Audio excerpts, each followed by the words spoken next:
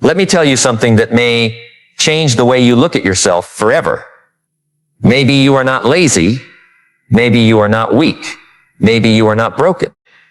Maybe the reason you keep promising yourself that tomorrow will be different, and then tomorrow arrives and you repeat the same behavior, is not because you lack character. Maybe you have been fighting the wrong battle. Because what if the enemy is not your personality? What if the enemy is not your circumstances? What if the enemy is not even your motivation? What if the real battle has been happening inside your own mind, quietly, repeatedly, every single day? Think about that for a moment. You wake up and you know what you should do. You know you should exercise. You know you should read. You know you should work. You know you should save money. You know you should stop wasting hours scrolling. You know you should start that business. You know you should learn that skill. You know you should wake up earlier. You know you should go to bed earlier. You know you should finish what you start. You know. And yet knowing is not doing. That is one of the most painful discoveries a human being can make. Because when you know what to do, but repeatedly refuse to do it, eventually you stop blaming the situation and start blaming yourself. You begin saying things like, something is wrong with me. I have no discipline. I am just lazy. I always quit. I can never stay consistent. I don't have the willpower other people have. And then something even more dangerous happens. You begin building an identity around your failures. You don't say, I failed to stay disciplined this week. You say, I'm an undisciplined person. Do you hear the difference? One describes behavior, the other describes identity. And when you turn a behavior into an identity, you begin defending the identity without even realizing it. If you believe you are lazy, every time you avoid difficult work, your brain says, see, that's who we are. If you believe you never finish anything, every unfinished project becomes evidence.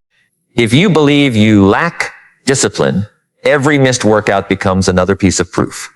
And eventually, you are no longer simply struggling with a habit, you are struggling with a story.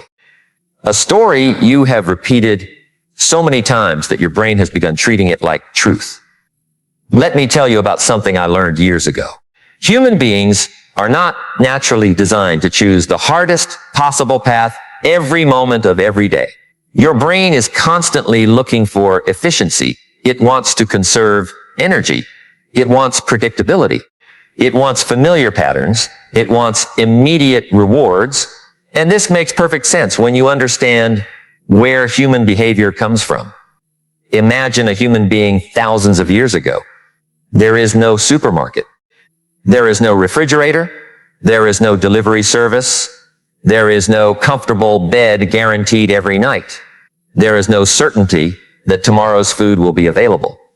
Energy matters. Calories matter. Safety matters. Rep matters. The brain learns to notice threats, conserve energy, and seek rewards.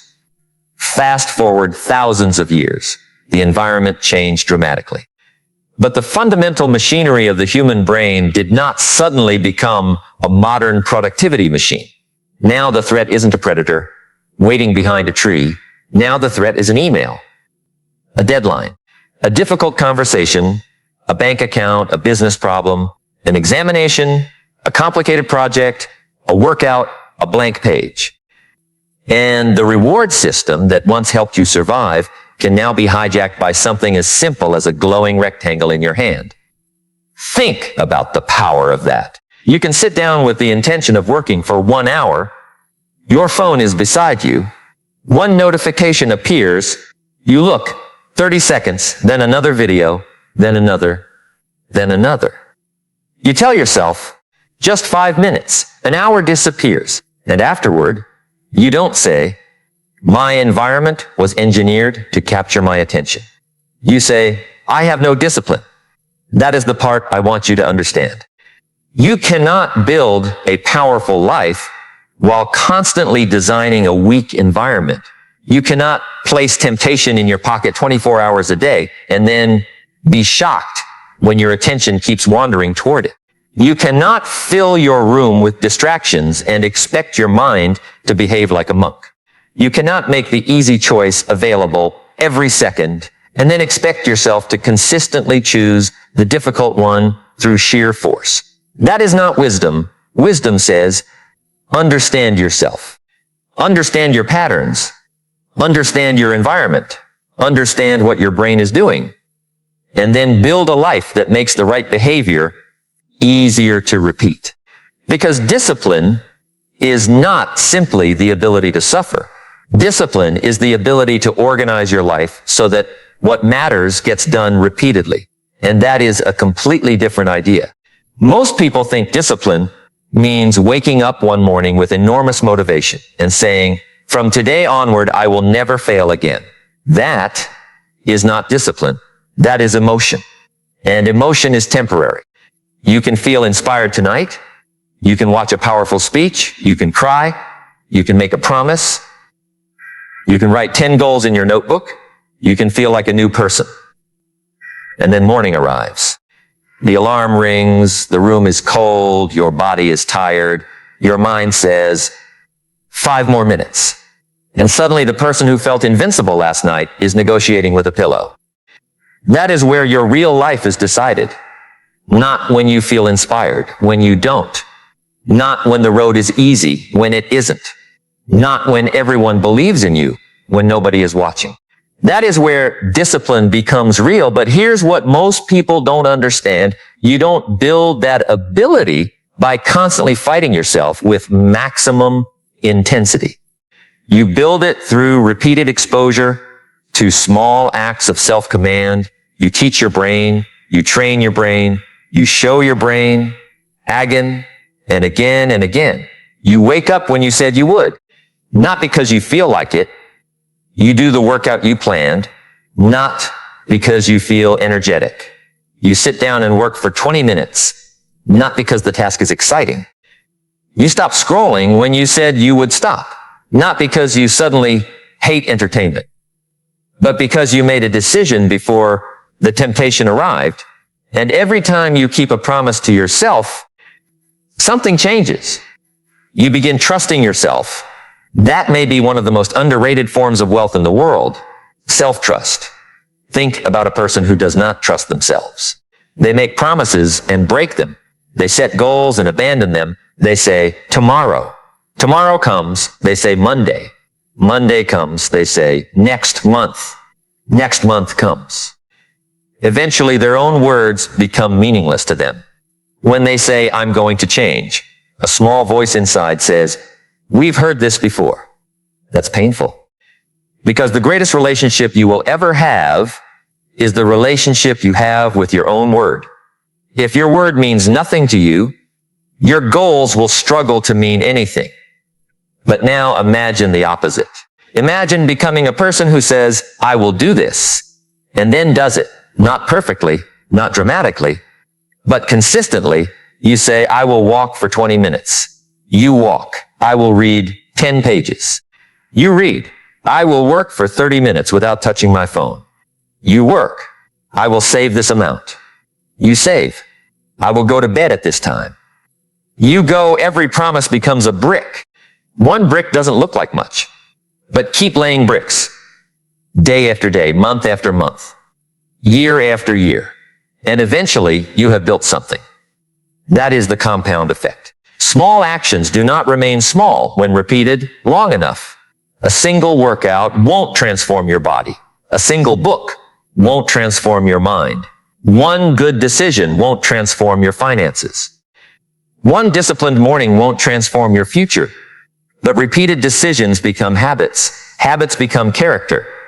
Character shapes behavior. Behavior shapes results, and results eventually shape your life. That is why you should stop obsessing over dramatic transformation. Start respecting small repetition. The person who becomes extraordinary is often doing ordinary things long enough for them to become extraordinary. Let me give you an example. There is a man who wakes up every morning and reads 10 pages. 10 pages. That's all. Someone else says, 10 pages? That's nothing. But 10 pages a day is roughly 300 pages a month. Over a year, that can become dozens of books. Now imagine what happens to the mind of someone who has spent years feeding it useful ideas. They don't become smarter overnight. They become different slowly. Their vocabulary changes. Their questions change. Their standards change. Their decisions change. Their conversations change. Their opportunities change. And then people look at them and say, you are lucky. No, they were consistent. There is a difference. A woman decides to save a small amount of money every week. At first, it feels insignificant. Then months pass. She has a small emergency fund, then a larger one. Then she has options. She can survive an unexpected expense without panic. Eventually, she can invest. Eventually, she can make decisions based on opportunity instead of desperation. People see the result. They don't see the thousands of small decisions that created it. That is why never judge a person's life by one moment. A life is a pattern, and your future is being constructed through patterns you are repeating today. So, if you want a different future, don't merely ask, what goal do I want? Ask, what pattern must I repeat? That's a deeper question. Goals tell you where you want to go. Portals determine whether you ever arrive. And this is where discipline becomes fascinating. Because discipline is not really about controlling your entire life. It is about controlling the next decision, just the next one. You don't need to control your whole year today. You need to control the next hour. You don't need to become the strongest person alive this morning. You need to complete today's workout. You don't need to become a millionaire before dinner. You need to make one financially intelligent decision today. You don't need to read 1,000 books.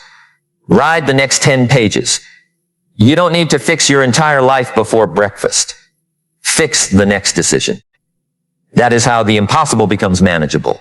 One decision at a time, one repetition at a time, one day at a time.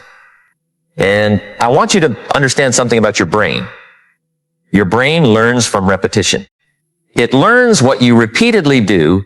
If you repeatedly reach for your phone whenever you feel bored, your brain learns boredom means phone. If you repeatedly eat when you're stressed, your brain learns stress means food.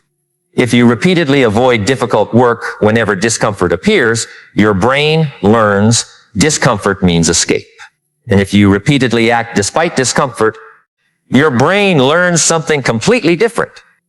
Discomfort is not an emergency. That is powerful. Because many people treat discomfort as a command. They feel discomfort and immediately obey it. They feel tired. They stop.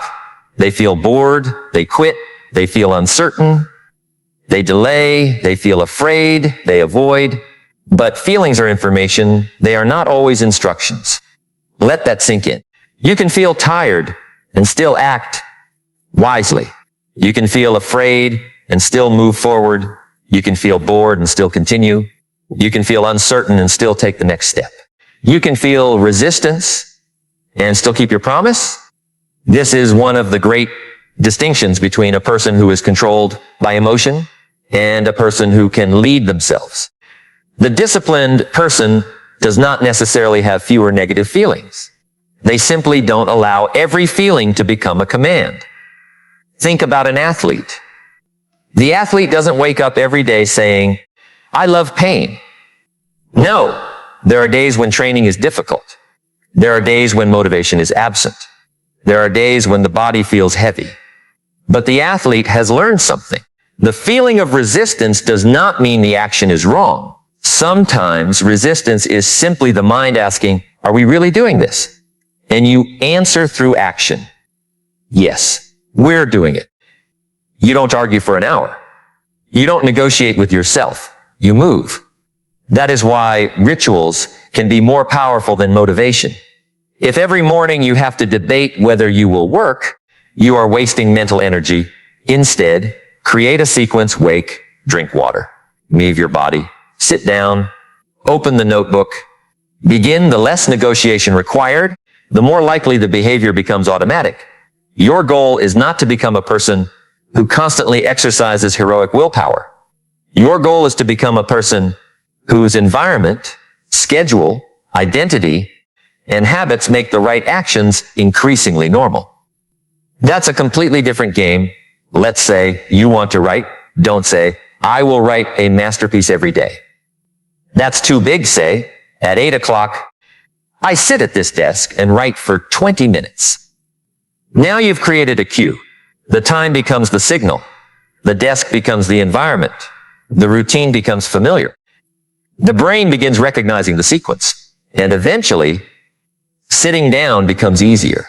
The work may still be difficult, but starting becomes less difficult. And starting is one of the most important skills in life, because many dreams die before they ever become difficult. They die at the beginning. They die when someone says, I'll start tomorrow. Tomorrow is one of the most expensive words in the English language. Tomorrow has destroyed businesses. Tomorrow has destroyed relationships. Tomorrow has destroyed health. Tomorrow has destroyed dreams. Tomorrow sounds harmless, but tomorrow is where procrastination hides. And the dangerous thing about procrastination is that it rarely feels like destruction. It feels like relief. That's why the brain likes it. You have a difficult task, you avoid it. Immediately, anxiety drops. You feel better, and your brain notices. It says, interesting. Avoidance made the discomfort disappear. So the next time discomfort appears, the brain suggests avoidance again. That is how the loop strengthens. Discomfort, avoidance, relief, repetition, stronger avoidance. And now you say, why can't I discipline myself? Because your brain has learned a pattern. The good news is that learned patterns can be unlearned and replaced. But replacement requires repetition. You have to experience discomfort without escaping it. You have to teach the brain a new lesson. I can feel this and continue. The first time you do that, it may feel uncomfortable. The 10th time, it is easier.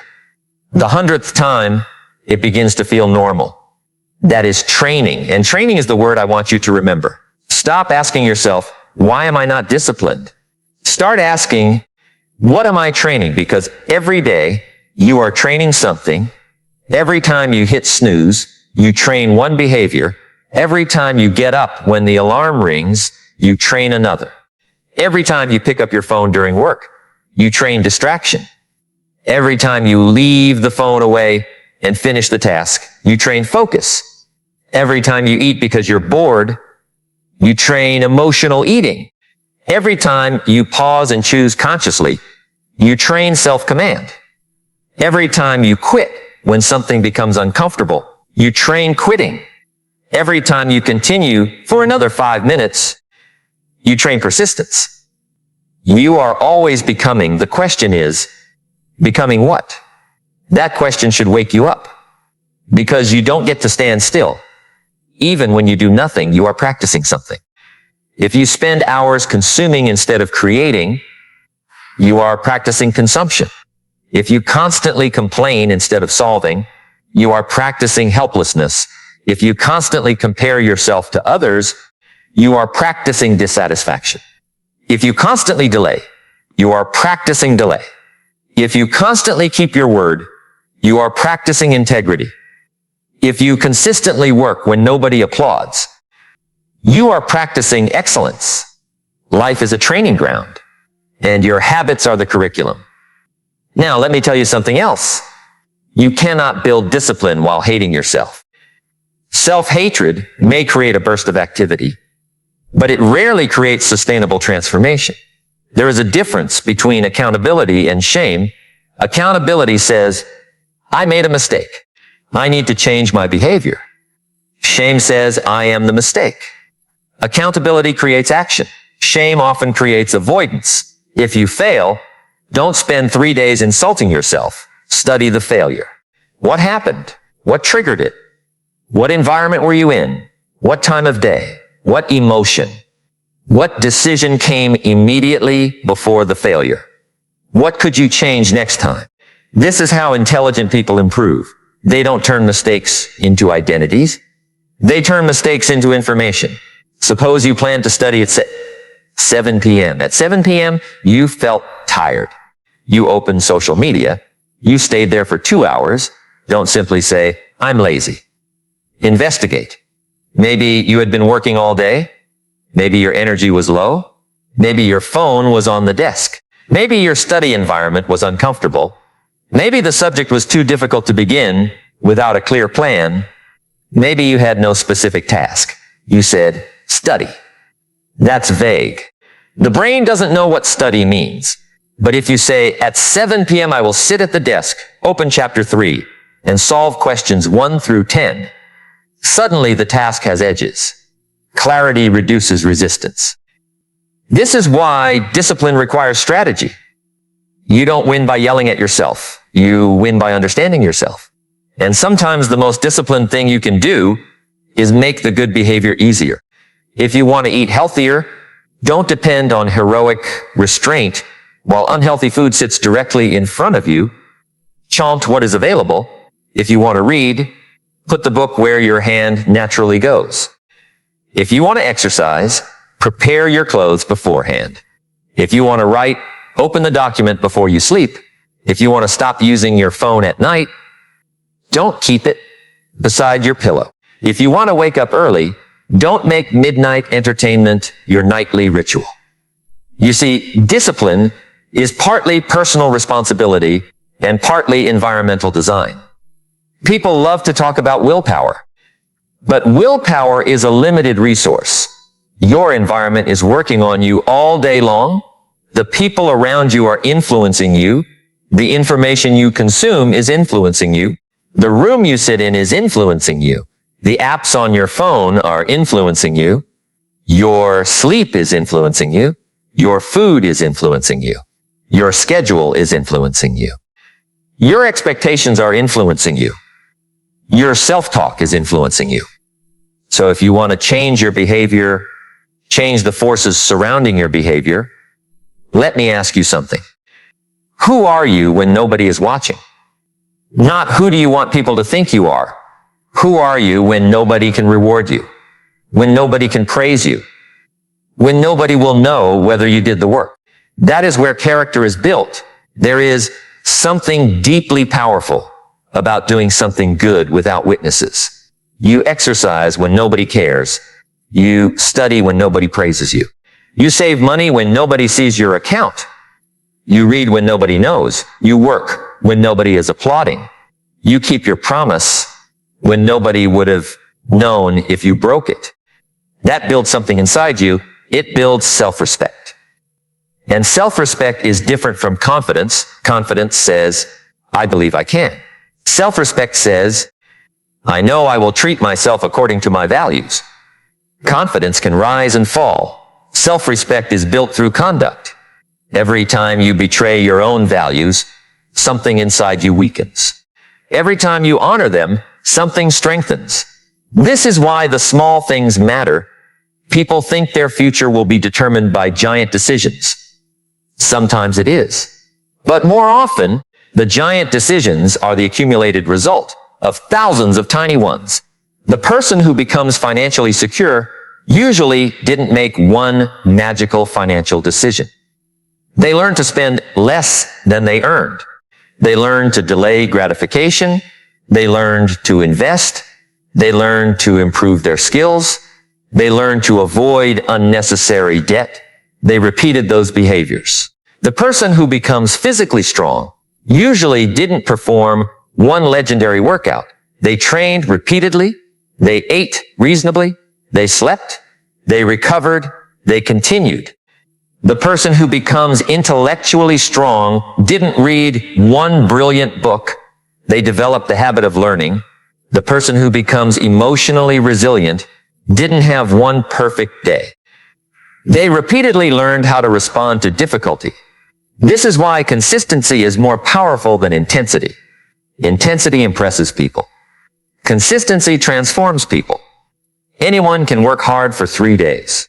The question is, can you continue when the excitement disappears? Anyone can wake up at 5 a.m. after watching a motivational video. Can you wake up tomorrow and the day after and the day after that? And if you miss one day, can you return without turning the miss into a month? That is real discipline, because perfection is not the goal. Return is the goal. You will fail. You will have bad days. You will oversleep. You will procrastinate. You will eat badly. You will lose focus. You will waste time. You will become discouraged. You will sometimes feel like all your progress disappeared. But don't confuse a bad day with a bad life. One bad decision doesn't require 10 more bad decisions. If you miss Monday, don't destroy Tuesday. If you eat badly at lunch, don't turn dinner into a disaster. If you waste the morning, don't waste the afternoon because you're angry about the morning. Return quickly. The disciplined person isn't the person who never falls. The disciplined person becomes skilled at getting back up. And here's another truth. You have to stop waiting to feel ready. Readiness is often created by action. People say, when I feel motivated, I'll begin. But motivation often arrives after beginning. You start walking, and then you feel like walking. You open the book, and then you become interested. You begin writing, and then ideas appear. You start exercising, and then your energy rises. Action creates emotion as often as emotion creates action. That means you don't need to wait for the perfect internal state. Me first. Let your mind catch up. There will be mornings when you don't feel like being the person you said you wanted to become. Become that person anyway, not dramatically, not perfectly. Just take the next step. One push-up, one page, one phone call, one paragraph, $1 saved, 1 hour of focused work, one honest conversation, one difficult decision, one small act of courage. Never underestimate one. One is where everything begins. A forest begins with a seed. A book begins with a sentence. A business begins with an idea. A strong body begins with one workout. A new identity begins with one decision. And your disciplined life can begin today with one promise that is small enough to keep and meaningful enough to matter. Don't promise yourself the world. Boss in yourself one thing, then keep it, then another, then another. And watch what happens to your relationship with yourself. You begin to change the internal conversation. Instead of saying, I can't trust myself, you begin saying, I kept my promise yesterday. Then again, the voice changes, the identity changes. I am becoming disciplined. Not I am disciplined. Becoming, that word matters because growth is a process. You don't have to arrive today. You have to move today. And tomorrow, move again. Let me tell you about regret. Regret is interesting because it doesn't always scream when it arrives. Sometimes it whispers. You see an old photograph. You remember a dream you once had. You remember the person you thought you would become. You remember the business you never started, the book you never wrote, the body you never built, the relationship you neglected, the opportunity you were too afraid to pursue. And suddenly you realize that years passed while you were waiting for the right time. That's painful. But there is a difference between the pain of discipline and the pain of regret. Discipline hurts now. Regret often hurts later. Discipline says, get up. Regret says, why didn't you? Discipline says, do the work. Regret says you had the time. Discipline says make the sacrifice. Regret says you could have. Both have a price. The difference is when you pay. This is why you must think beyond today. Your present self is making decisions on behalf of your future self. Every time you spend an hour learning instead of scrolling, you're giving something to the person you will become. Every time you exercise, you're giving something to your future body. Every time you save money, you're giving something to your future freedom. Every time you practice a skill, you're giving something to your future opportunities. Every time you control an impulse, you're giving something to your future character. And every time you repeatedly choose immediate pleasure over long-term value, you're sending the bill to your future self. Your future self will have to pay. The debt doesn't disappear. It compounds too. Neglect compounds, debt compounds, weak habits compound, disorganization compounds, excuses compound, but so does discipline. Learning compounds, savings compound, health compounds, relationships compound, reputation compounds, skill compounds, self-trust compounds. This is why the direction matters more than the speed. If you're moving in the right direction, even slowly, you are building. If you're moving in the wrong direction quickly, speed won't save you. So stop comparing your chapter 2 to somebody else's chapter 20. You don't know what they sacrificed. You don't know how long they practiced. You don't know how many failures came before the result you can see.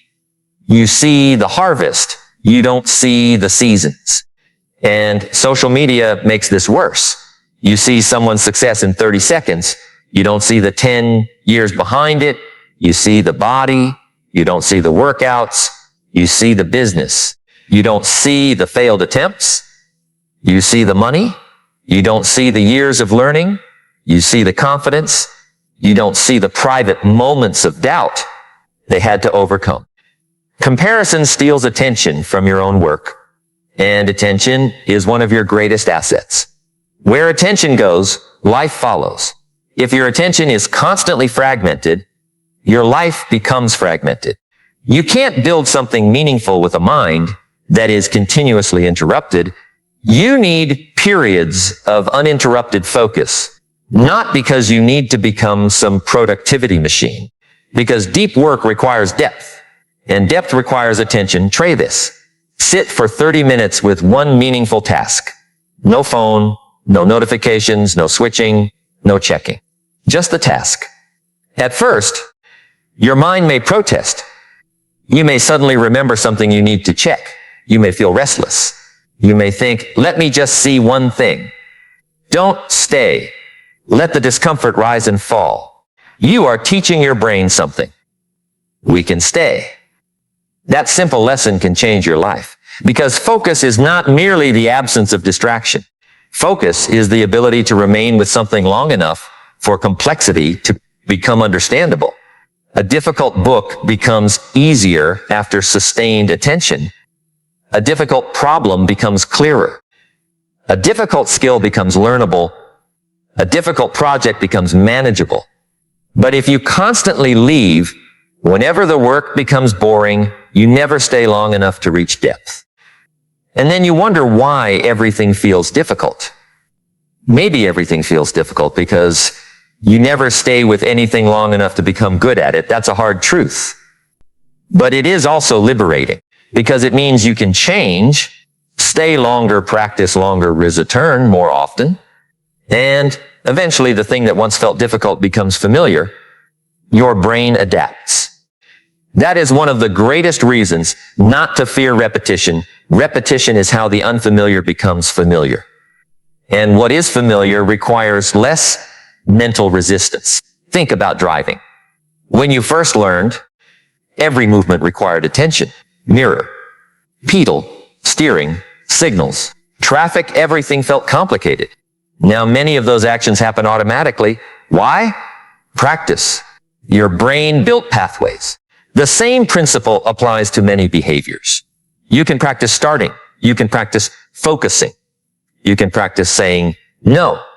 You can practice keeping promises. You can practice delaying gratification.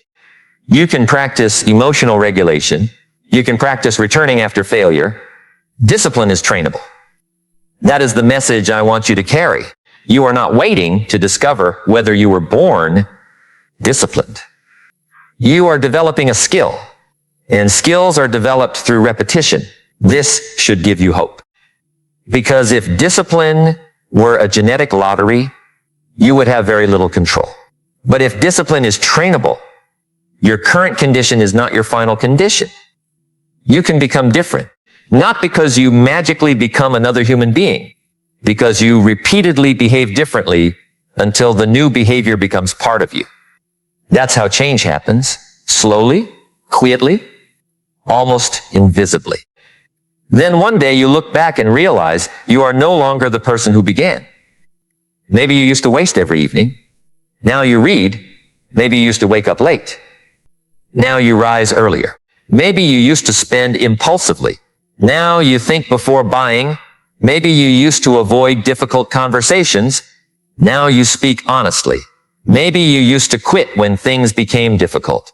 Now you stay. Not because life became easier, because you became stronger.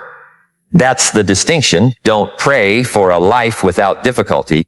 Build the capacity to handle difficulty. Because difficulty is not a temporary visitor. It is part of the curriculum. There will always be another challenge, another problem, another uncertainty, another season where things don't go according to plan. The goal isn't to eliminate resistance. The goal is to become the kind of person who can move through resistance without losing themselves. That's emotional resilience. And emotional resilience begins with something simple. Pause. When something happens, don't immediately react. Pause. You receive bad news. Pause. You feel angry. Pause. You want to quit. Pause. You want to spend money impulsively. Pause. You want to send the message. Pause.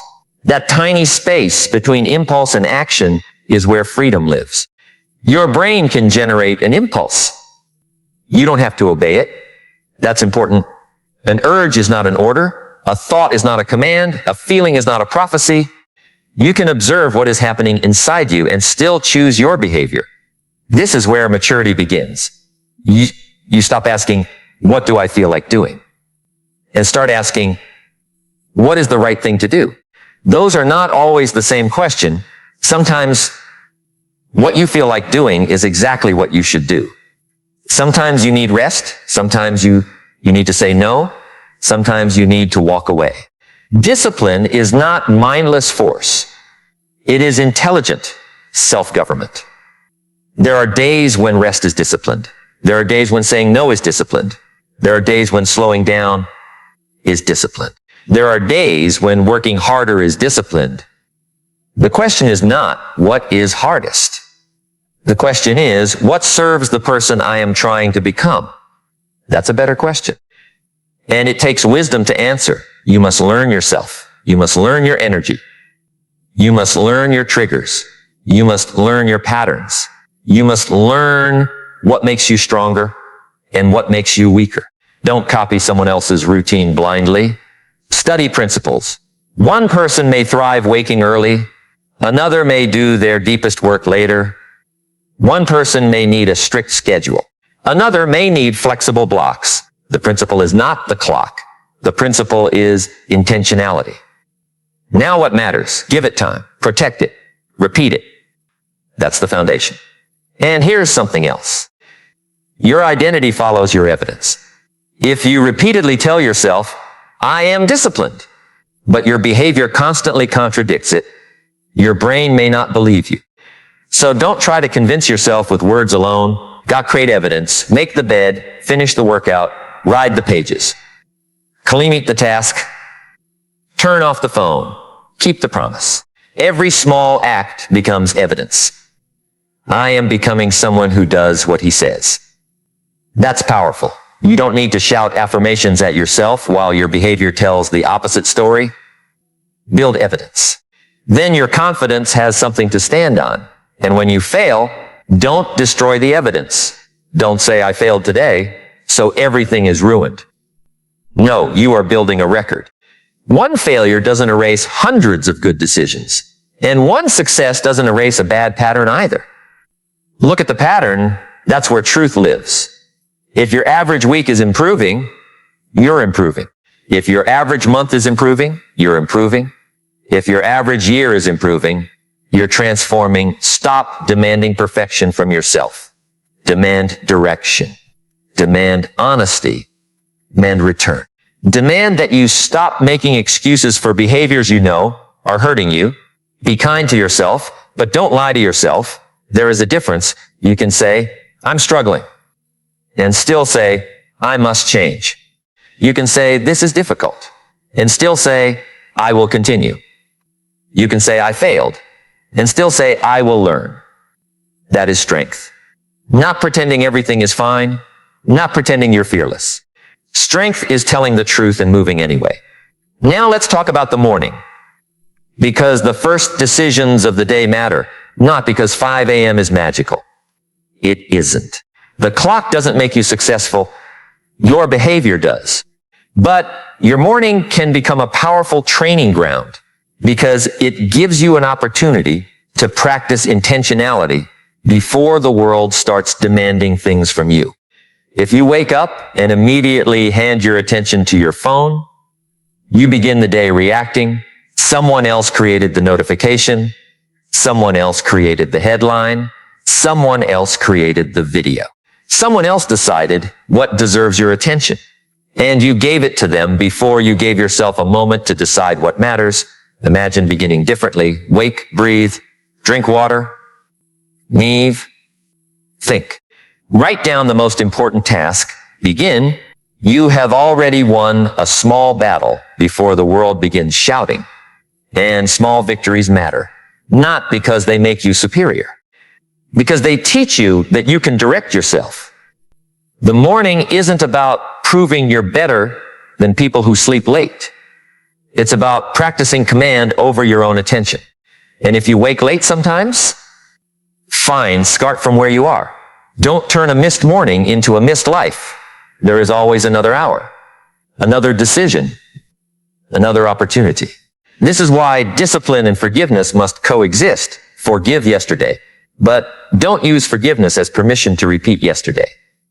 That's the balance. No shame, no excuses. Responsibility. Think about the person you could become if you stopped wasting energy hating the person you used to be. Your past can teach you without controlling you. Maybe you wasted years. Maybe you made bad decisions. Maybe you quit too many times. Maybe you disappointed yourself. Maybe you disappointed people who believed in you. You cannot change yesterday, but you can change what yesterday means. Let the mistake become tuition. Let the failure become education. Let the pain become wisdom. Let the regret become direction. But don't carry the past like a sentence. You are allowed to become someone new. And becoming someone new doesn't require a dramatic announcement. It requires a different Tuesday, a different Wednesday, a different Thursday, a different response when nobody is watching. That's where transformation lives. Not in speeches, not in quotes, not in excitement. In Tuesday, in the ordinary day, the boring day, the day when nothing special happens. That is where character is quietly being built. Anybody can be disciplined for an emergency. The real question is whether you can be disciplined during ordinary life. Can you do what matters when nothing is forcing you? Can you continue when nobody is clapping? Can you keep your standards when nobody would know if you lowered them? That's where greatness becomes visible to you before it becomes visible to anyone else. And perhaps that is one of the greatest lessons. You don't need everyone to believe in you. You need to become someone you believe in. And belief comes from evidence. So build evidence today, not someday. Today, make one promise. Keep it. Then make another. Keep it. Not because you're trying to become perfect. Because you're training your brain. You're teaching your nervous system. You're teaching your habits. You're teaching your identity. You're teaching yourself that discomfort can be survived. You're teaching yourself that boredom doesn't control you. You're teaching yourself that temptation doesn't own you. You're teaching yourself that a difficult moment doesn't determine the whole day. You're teaching yourself that you can return again and again and again. Now, there is something very important about rewards. Your brain naturally pays attention to immediate rewards. That's why scrolling can feel easier than studying. The reward is immediate. That's why junk food can be tempting. The reward is immediate.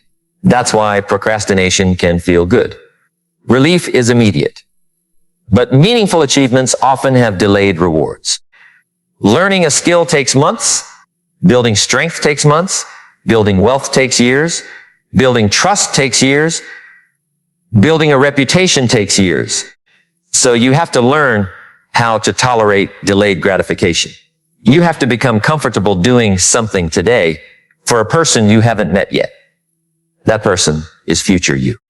Future you cannot send you a thank you message today. Future you cannot applaud you today. Future you cannot reward you immediately. But future you will live with the consequences. This is why mature people think in longer time horizons. They ask, what will this decision cost me in 5 years? What will this habit create in 10 years? What happens if I repeat this? That final question is powerful. Not, what happens if I do this once? What happens if I repeat this? One cigarette doesn't define a life. One workout doesn't define a body. One purchase doesn't define your finances. One late night doesn't destroy your health. One compliment doesn't build your confidence. But repetition creates patterns.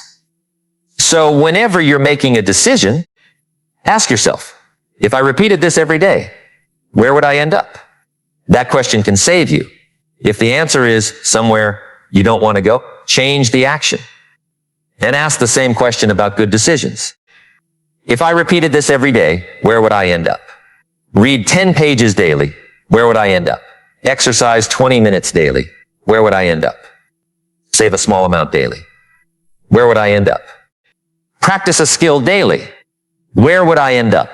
Spend 30 minutes with someone I love without my phone, where would I end up? Now you are thinking in compounds, and compound thinking changes behavior. Because you stop looking at today's effort as isolated. Today's effort is a vote. A vote for the person you're becoming. Every action is a vote. You don't have to win the election in one day. You just need to keep voting in the direction you want your life to go. Some votes will be against you. That's okay. You will make mistakes, but keep voting. Eventually, the pattern becomes undeniable. And one day, you may wake up and realize the thing that once required tremendous effort has become part of who you are. That is when discipline starts feeling less like discipline. The beginner says, I have to exercise. The trained person says, I exercise. The beginner says, I have to read. The reader says, I read. The beginner says, I need to stop procrastinating. The focused person simply begins. The behavior has moved from effort toward identity. That is the goal, not endless struggle, adaptation, practice until the behavior becomes familiar. But remember, even experts can fall. Never become arrogant about your discipline. Respect the conditions that helped create it. Sleep matters. Environment matters. Stress matters. People matter. Recovery matters. You can become strong and still become careless. You can become successful and still develop bad habits. That's why humility matters. Keep observing yourself. Keep adjusting.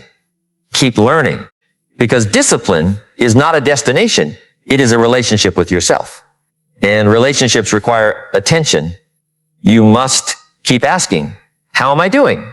Where am I drifting? What am I avoiding? What am I becoming? What am I tolerating? What am I practicing? These questions are uncomfortable. Good, some questions should make you uncomfortable because discomfort can be a doorway to honesty. And honesty is the beginning of change. Maybe you're not lacking discipline. Maybe you've been avoiding a truth. Maybe the project you're procrastinating on scares you because finishing it would force you to discover whether you're actually good enough. Maybe you're scrolling because silence would force you to think. Maybe you're constantly busy because slowing down would reveal that you're not moving toward what matters. Maybe you're chasing motivation because motivation feels better than responsibility. Maybe you're waiting for confidence because confidence would require you to risk failure. Think about that. Sometimes procrastination isn't laziness. Sometimes it is emotional protection. If you don't start, you cannot fail. If you don't apply, you cannot be rejected.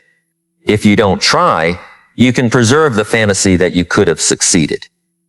But eventually the fantasy becomes more painful than failure. Because you start wondering, what would have happened if I had tried? And that question can haunt a person.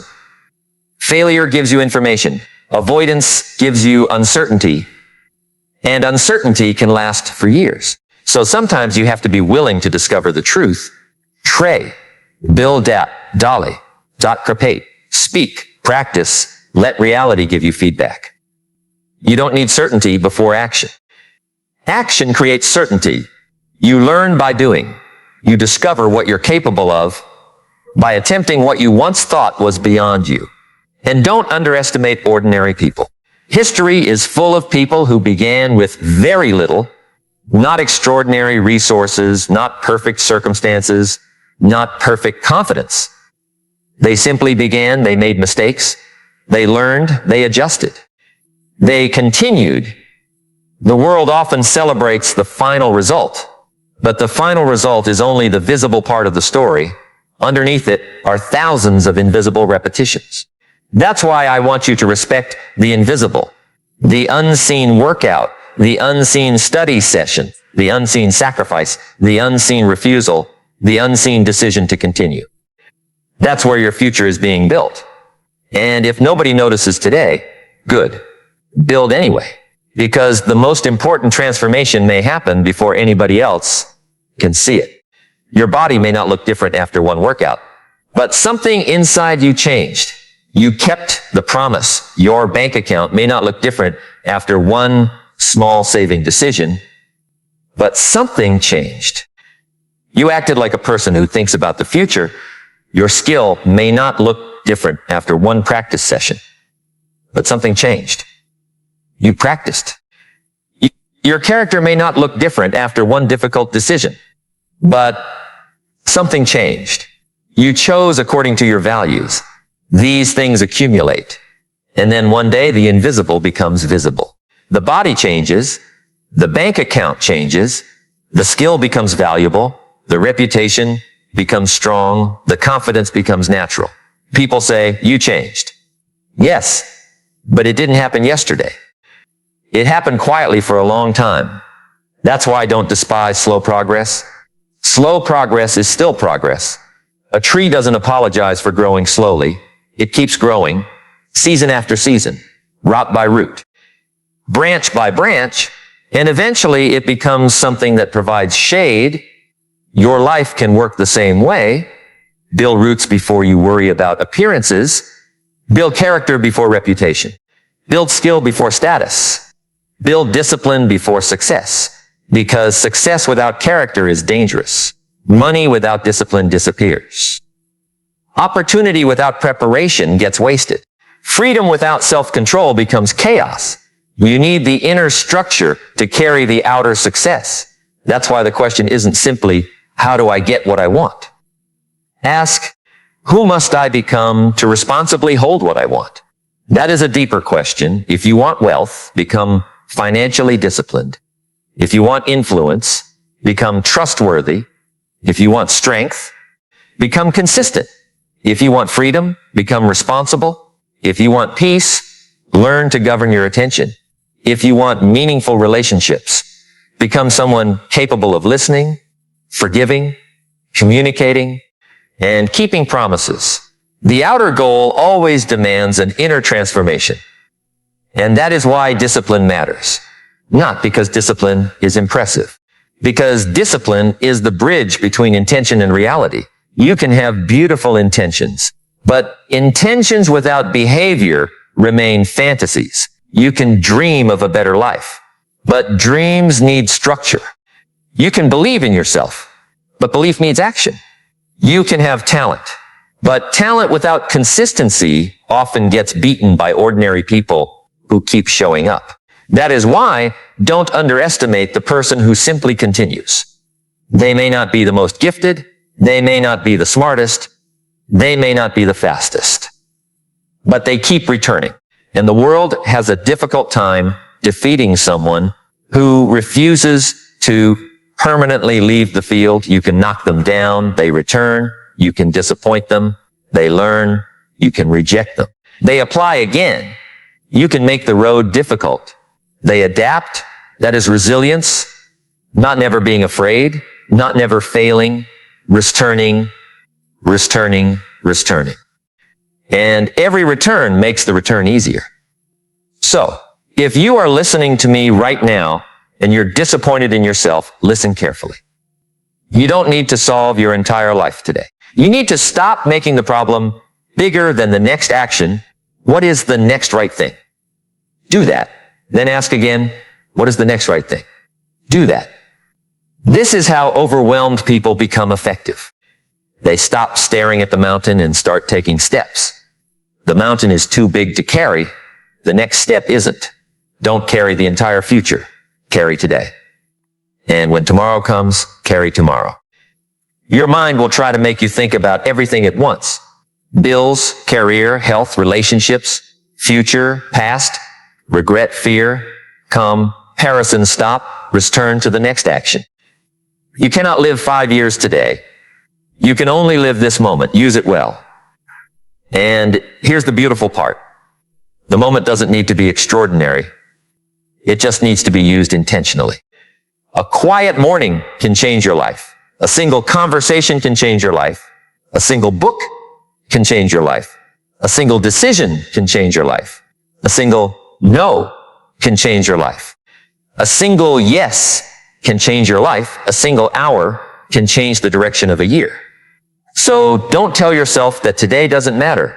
Today is where your future is hiding. Your future doesn't arrive suddenly. It grows out of ordinary days. And that means ordinary days deserve extraordinary respect. Don't waste them. Don't expect every day to be exciting. Some days are repetitive. Some days are boring. Some days are frustrating. Some days feel like nothing happened. But if you use those days wisely, something is happening. You are becoming. And becoming is often invisible while it is happening. Think about a child learning to walk. They fall, they stand. They fall, they stand. Nobody says, this child has no discipline. We understand that learning requires repetition. Why do you deny yourself the same patience? You are learning too. Maybe you're learning to focus. Maybe you're learning to manage money. Maybe you're learning to control your emotions. Maybe you're learning to exercise. Maybe you're learning to build a business. Maybe you're learning to speak confidently. Maybe you're learning to stop procrastinating. You are a student, acts like one. Students make mistakes. Students ask questions. Students practice. Students improve. Don't demand mastery from yourself on day one. Demand practice. And if you practice long enough, mastery begins to appear. That is how the brain changes. Repeated experience shapes behavior. Repeated behavior shapes automaticity. And repeated automaticity shapes your daily life. So be careful what you repeat, because whatever you repeat gets stronger. Repeat distraction, and distraction gets stronger. Repeat focus, and focus gets stronger. Repeat avoidance, and avoidance gets stronger. Repeat courage, and courage gets stronger. Repeat discipline, and discipline gets stronger. This is why today's decision matters more than it seems. You are not only completing today's task, you are strengthening tomorrow's ability.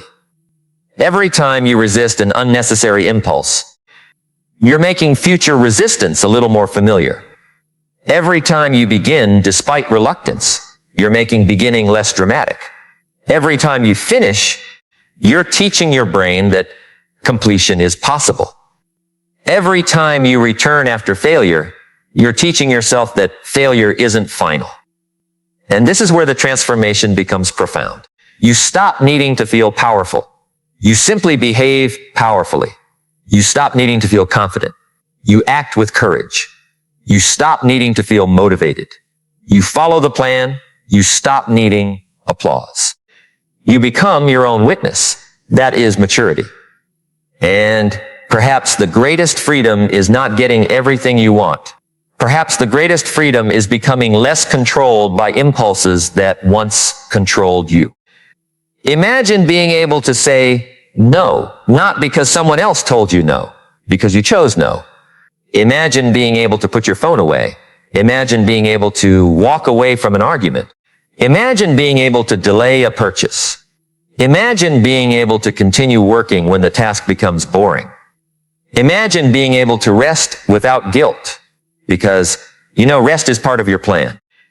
Imagine being able to say, I don't feel like it, but I decided.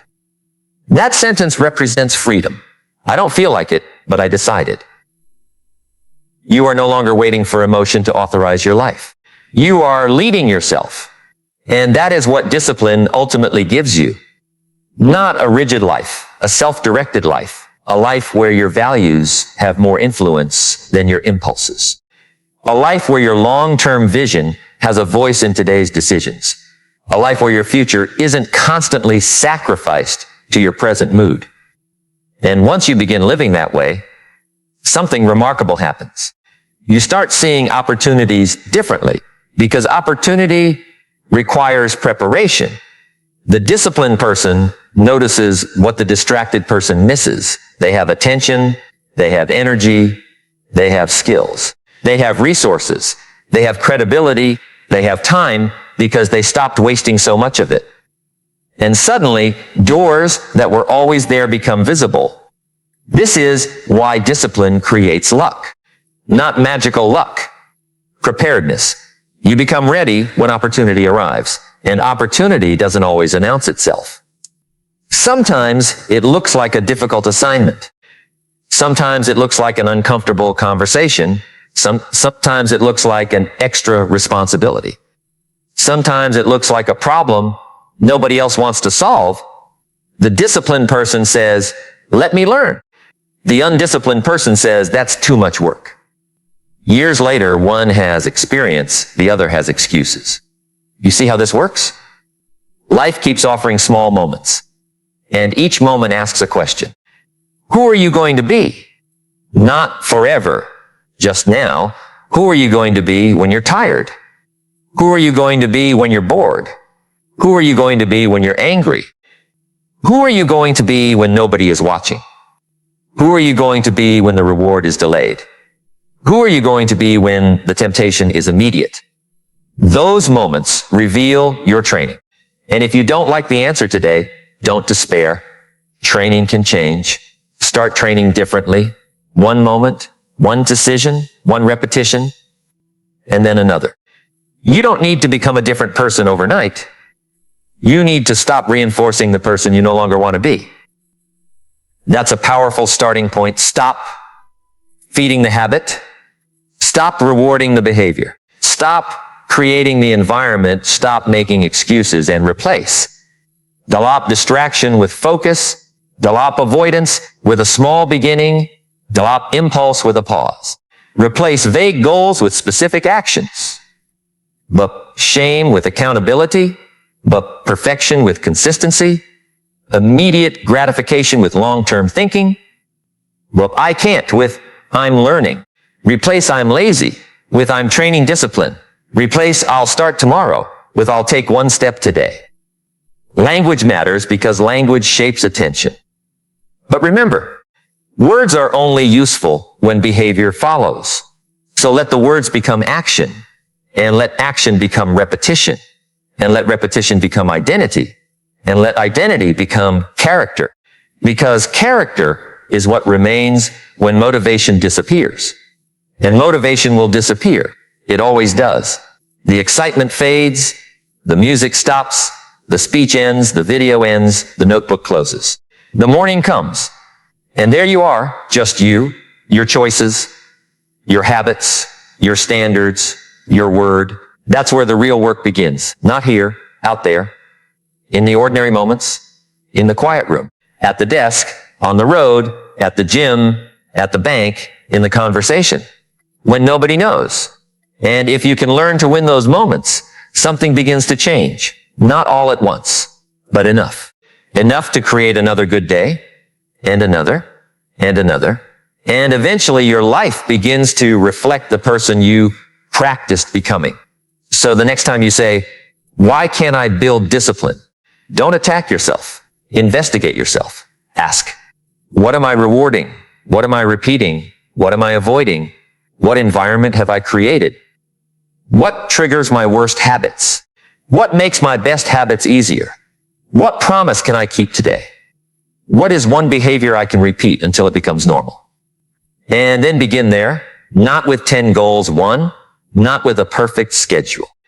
One reliable action, not with a giant transformation. One small promise. Because the brain learns through experience. Give it a new experience. Let it experience you doing the thing you said you would do. Let it experience you staying when you normally quit. Let it experience you walking away from the phone. Let it experience you finishing the page. Let it experience you getting up. Let it experience you choosing the long-term reward again and again and again until one day the thing that once felt impossible becomes ordinary, and then you raise the standard. Not because you're never satisfied, because growth continues.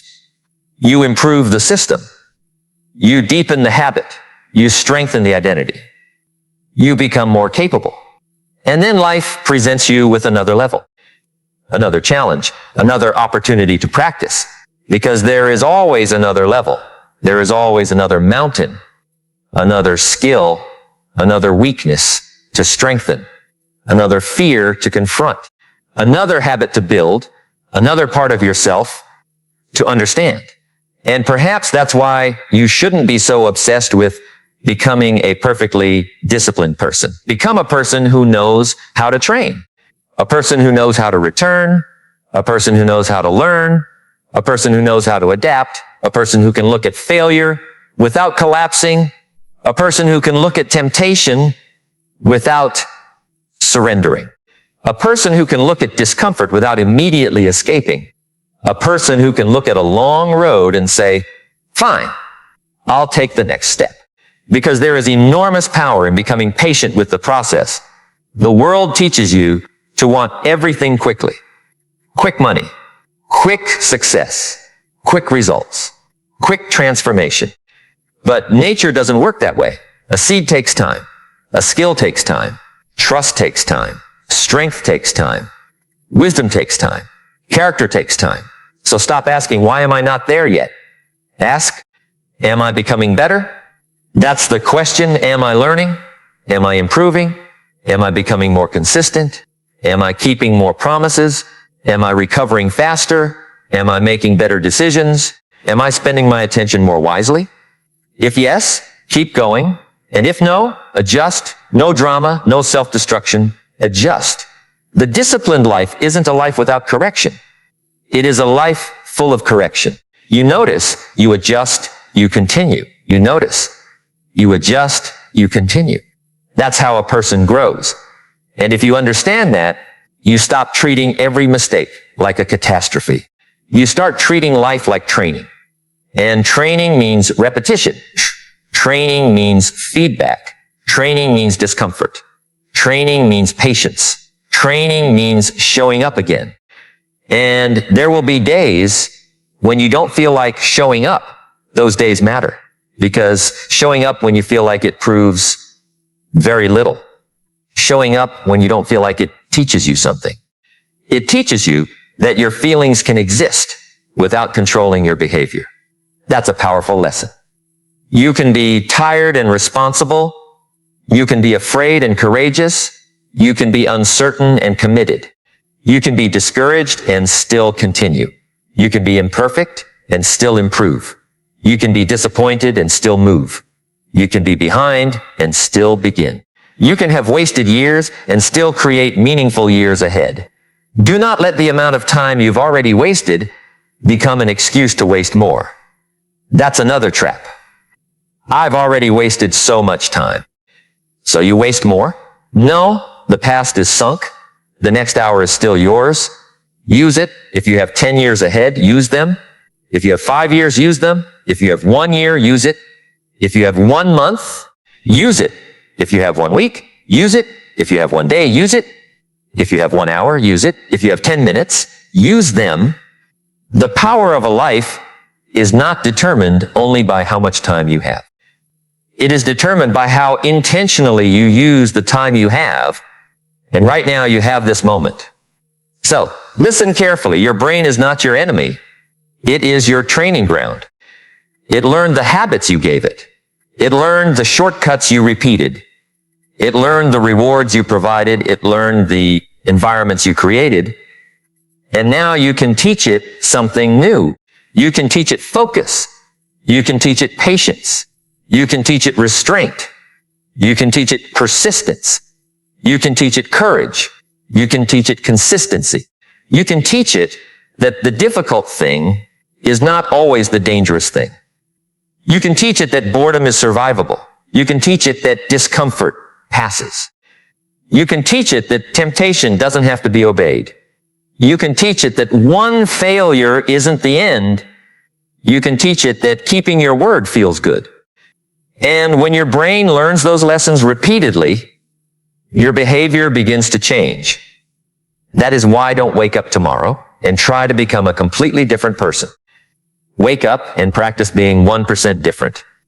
1% more focused, 1% more patient, 1% more intentional, 1% more disciplined, 1% more honest, 1% more courageous. It sounds small, good. Small is repeatable. And repeatable is powerful. The person who improves 1% doesn't look impressive on day one. But give that person enough days, enough months, enough years. Now the difference becomes enormous.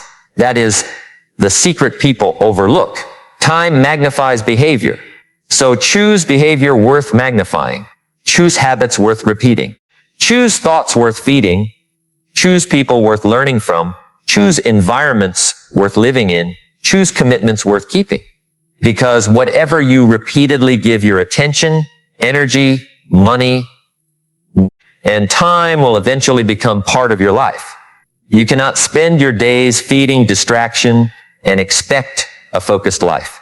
You cannot feed resentment and expect peace. You cannot feed excuses and expect achievement.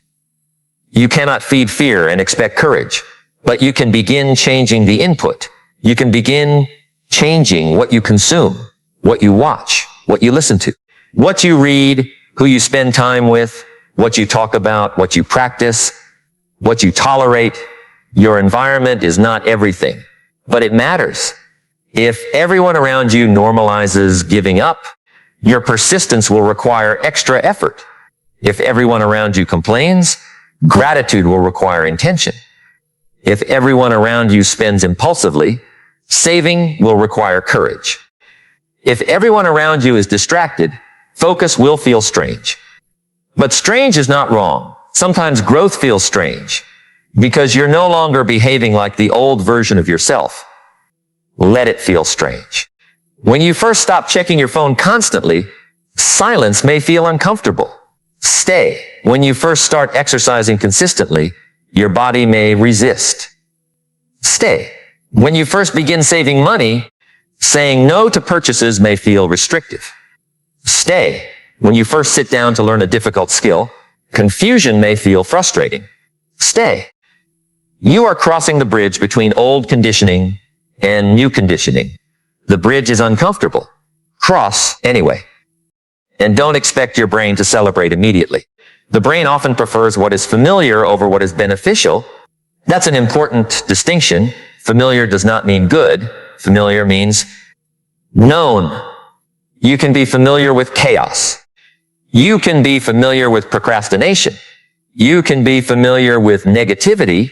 You can be familiar with failure. That doesn't mean those things are your destiny. It means you've practiced them.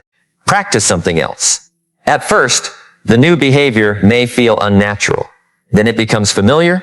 Then it becomes normal. Then it becomes part of you. That's how change happens. And if you want to know whether you're serious about changing, watch what you do when nobody is forcing you. Because external pressure can create temporary behavior. Internal standards create lasting behavior. When nobody is watching, what do you choose? When nobody will reward you, what do you choose? When nobody will punish you, what do you choose? That is where your values become real. And if you don't like what you see, don't hide, look, study, change, because you cannot improve what you refuse to see. Maybe your biggest discipline problem isn't waking up early.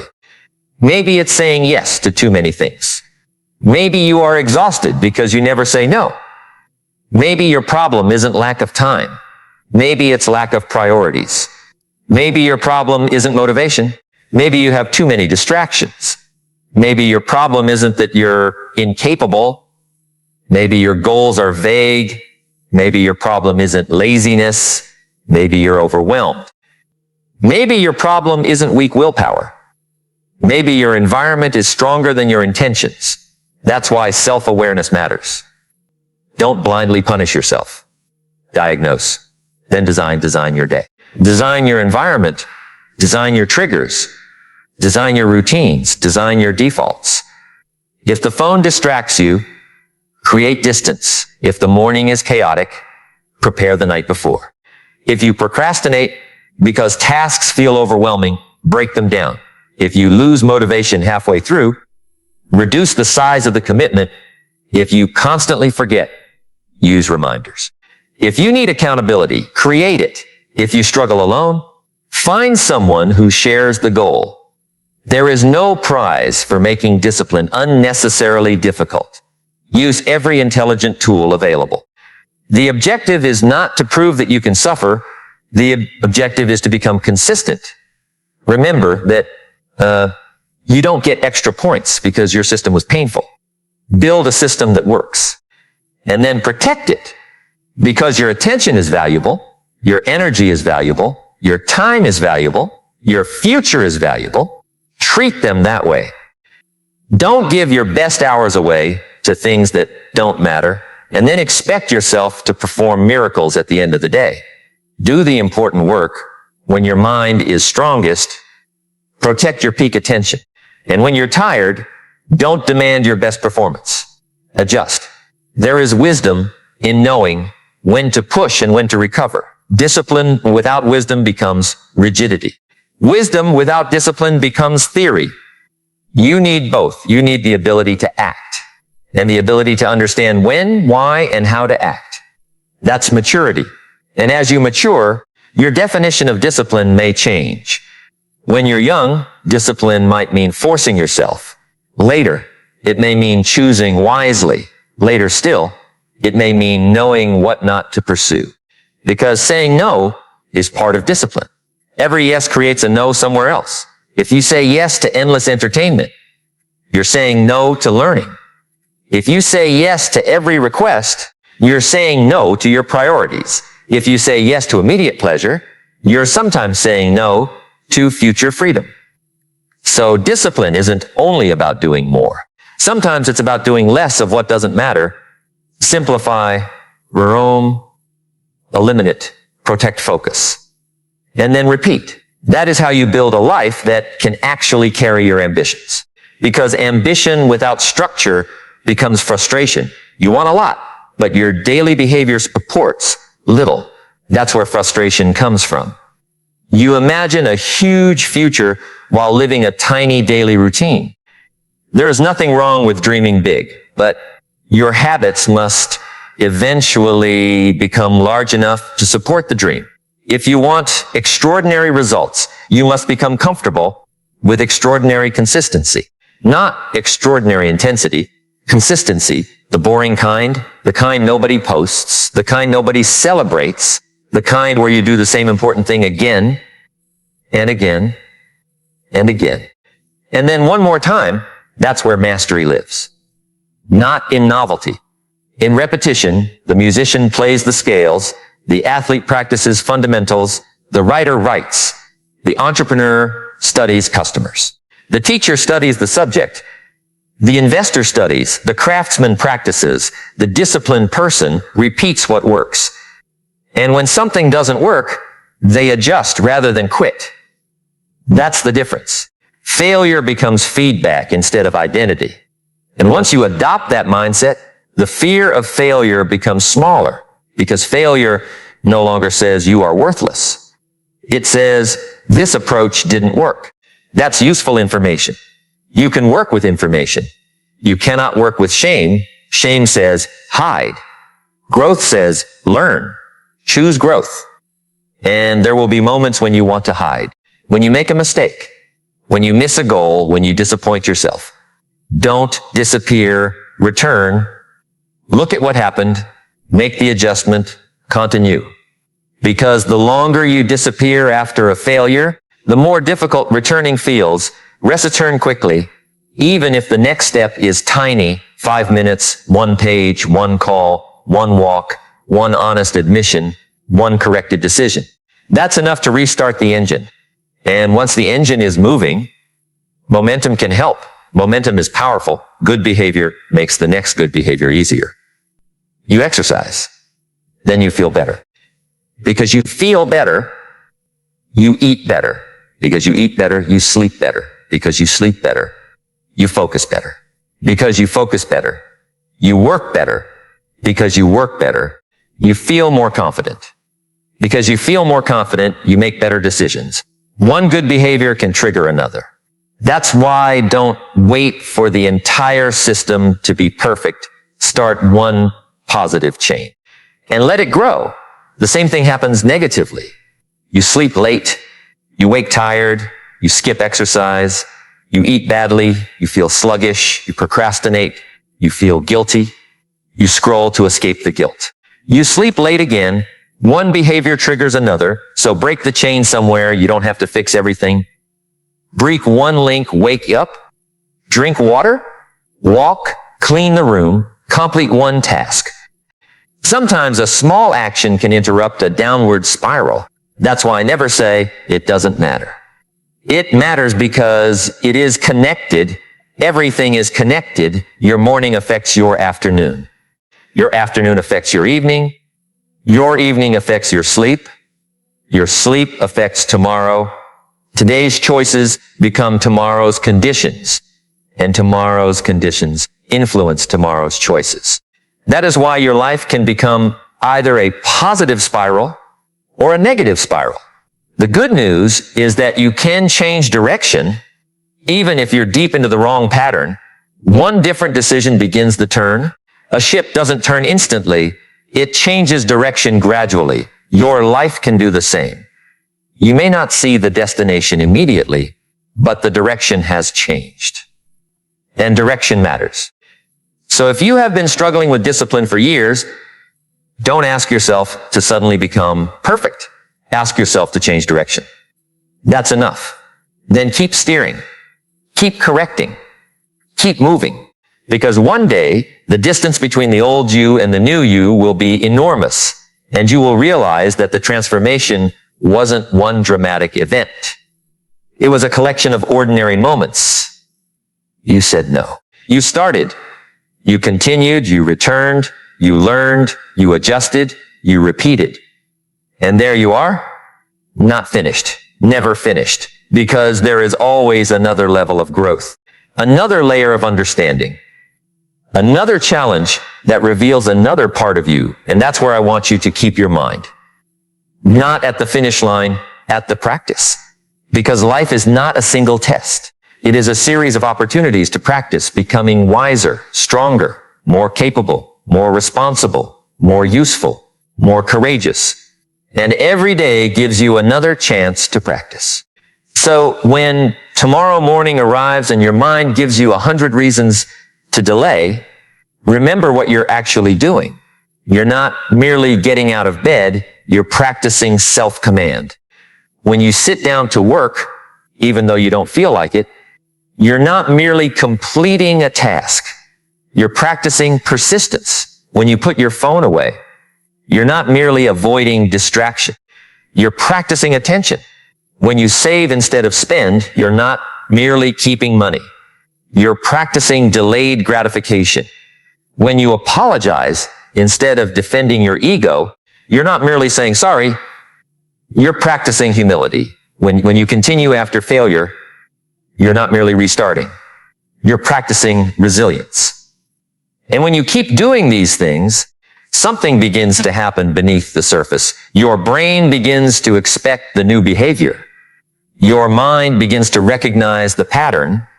Your identity begins to gather evidence. Your confidence begins to become quieter and stronger, not the loud confidence that says, I can do anything, The quiet confidence that says, I've been here before.